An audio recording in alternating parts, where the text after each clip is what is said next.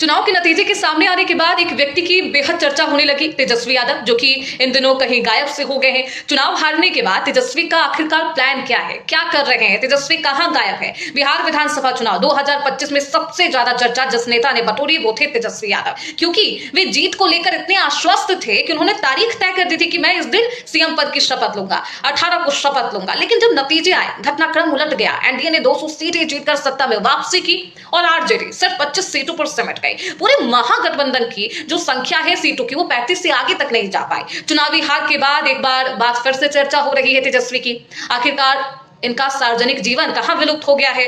20 नवंबर को पटना के गांधी मैदान में ऐतिहासिक शपथ ग्रहण समारोह हुआ। प्रधानमंत्री मोदी, केंद्रीय मंत्री, 11 राज्यों के मुख्यमंत्री मौजूद रहे, लेकिन तेजस्वी कहीं गायब से नजर आए। आमंत्रण भी गया, सीट भी रिजर्व थी, लेकिन तेजस्वी यहां पर नजर नहीं आए। इसके पीछे भी खास वजह है। देखिए, 14 से 23 नवंबर तक ना वे रोड पर नजर आए, रोड शो करते हुए, ना मीडिया के सामने, ना प्रेस कॉन्फ्रेंस में नजर आए। बस एक बार राबड़ी आवास तक वो सीमित रहे। सोशल मीडिया एक्सपर्ट तेजस्वी ने नीतीश को सिर्फ एक औपचारिक रूप से बधाई जरूर दी है।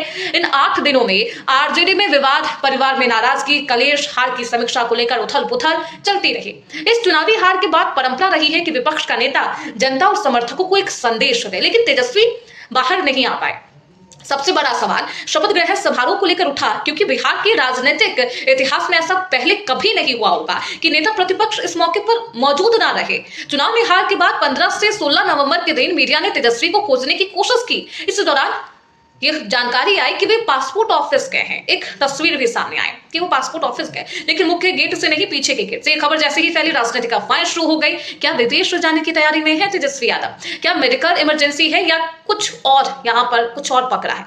इस पर आरजेडी ने सफाई भी दी है कि पासपोर्ट रिन्यूअल था और अब सवाल खत्म हो गया है। लेकिन इससे यह भी साबित हुआ है कि तेजस्वी सार्वजनिक रूप से दिखाई अभी नहीं देना चाहते हैं। चाहे वो पारिवारिक कलेश की वजह से हो, हार की वजह से हो। ये वो तेजस्वी थे जिन्होंने चुनाव से पहले सबसे ज्यादा 180 से ज्यादा रैलियां की, नीतीश उससे भी 2 गुनी।